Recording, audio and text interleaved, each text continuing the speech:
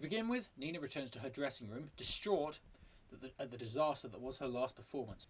She closes the door, her back to the mirror, shutting out anything or anyone from inside as well as out there. Turning around, she's shocked to discover that there's already someone else in her room. It is revealed to be Lily, casually applying makeup in preparation for her replacement of Nina.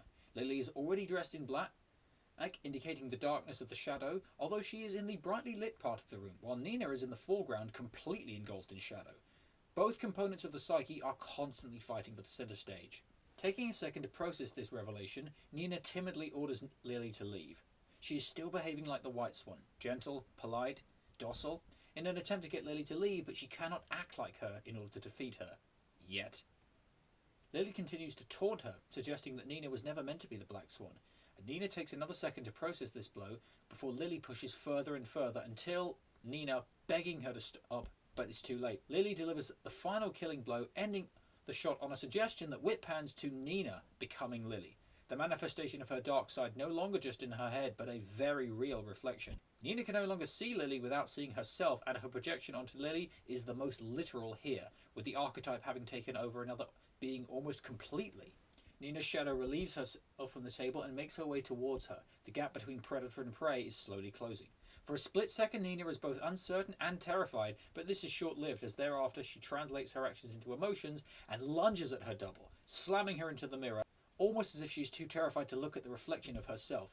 Her reflection is now in pieces, possibly indicating she does not want to confront her dark side. Nina gazes in horror and confusion and dismay at her fallen double, as the double appears lifeless on the ground, defeated. Suddenly, the double springs back to life, straight up at her light side and, in essence, us.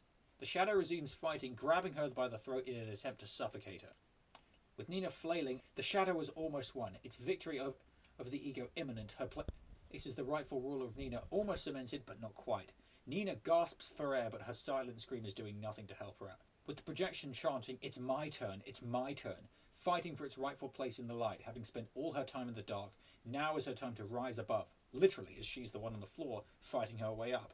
Nina begins to fade into unconscious, and her primary defenses have shut down, so she must find a new weapon. Scrambling for a more abrasive and sinister attack, she grabs a shard of the mirror. The very thing that she refused to look at earlier has now become her undoing. Taking one last breath of her neck turns into a gooseneck, catching her shadow off guard, and Nina stabs her shadow with a shot of glass. In one final shot just for good measure, we finally cut back to a close-up of Nina, her eyes now glowing red. It's my turn. Colour associated with rage and passion, all qualities embodied by the Black Swan. She is her darkness fully. Cut back to her projection, and suddenly we realise it's been Lily all along. Maybe the projection was all in her head. Maybe she just couldn't bear to see someone else take the glory, so really in an attempt to fight someone else, she ended up fighting herself.